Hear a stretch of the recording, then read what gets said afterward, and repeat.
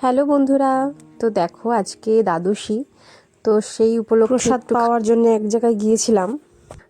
তো সেখানে চলে এসেছি। আসলে এটা আমার একটা খুব প্রিয় জায়গা, আমার মামা বাড়ির এলাকা।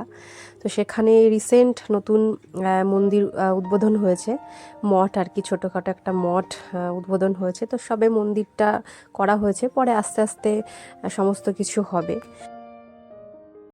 আসলে এটা আমার মামা আর কি, যিনি অনেক দিন আগেই সন্ন্যাস গ্রহণ করেছিলেন, অনেক অনেক বছর আগে।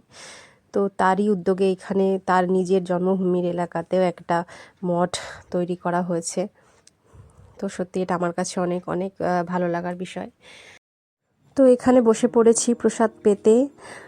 দেখো রয়েছে পালং শাকের চচ্চড়ি, ডাল, আলু দিয়ে, কচু দিয়ে, বড়ি দিয়ে একটা তরকারি, চাটনি, পায়েস। সত্যি সত্যি অসাধারণ হয়েছিল এর স্বাদ। তো যাই হোক, প্রথম আমি আর কি উদ্বোধনের সময় আসতে পারিনি, বিশেষ কিছু অসুবিধার জন্য আমি আসতে পারিনি। তো ওই জন্য আমি ভাবলাম যে যাই, এখন সুযোগ যখন পেয়েছি একটু ভিজিট করে আসি, জায়গাটা কেমন কি করেছে। অনেক দিন আসাও হয় না আমার এদিকটায় মামা বাড়িতে। তো যাই হোক, খুব খুব ভালো লাগলো। দেখো চারিদিকটা মানে খুবই সুন্দর, প্রকৃতিময় আর কি জায়গা, গাছপালা, জমি, এরিয়াটা খুবই খুবই বড়। তো এখানে দেখো এই নতুন মানে আর কি হয়েছে, যেহেতু সবে এখানে তুলসী মন্দিরটা ইনকমপ্লিট রয়েছে। আর দূর থেকে তোমাদের মন্দিরটার ভিউ দেখাচ্ছি, খুবই সুন্দর, ছোটোর মধ্যে খুবই খুবই কিউট, খুবই সুন্দর লাগছে দেখতে। আর এইখানে দেখো এই যে ভগবান দর্শন করো তোমরা, মন্দির আবারও ওপেন হচ্ছে, খোলা হচ্ছে। তো দেখো ভগবানকে দর্শন করো, সত্যি অপূর্ব লাগলো, চোখ জুড়িয়ে গেল।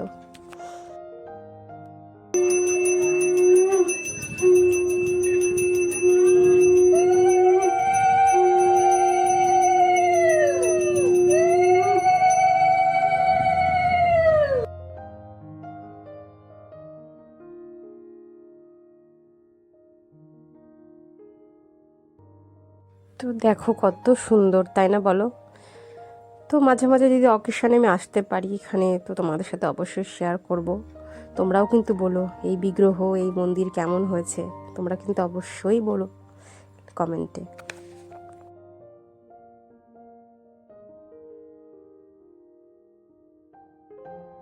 আসলে প্রচুর প্রচুর স্মৃতি আমার এখানে জড়িয়ে আছে, ছোটোবেলা থেকে মামা বাড়িতে আসার অনেক স্মৃতি। তো যাই হোক, এরকম একটা জায়গায় যে এইরকম কিছু স্থাপন হবে, মঠ, মন্দির, আশ্রম আর কি, তো সেটা অনেক অনেক ভালো লাগার বিষয়।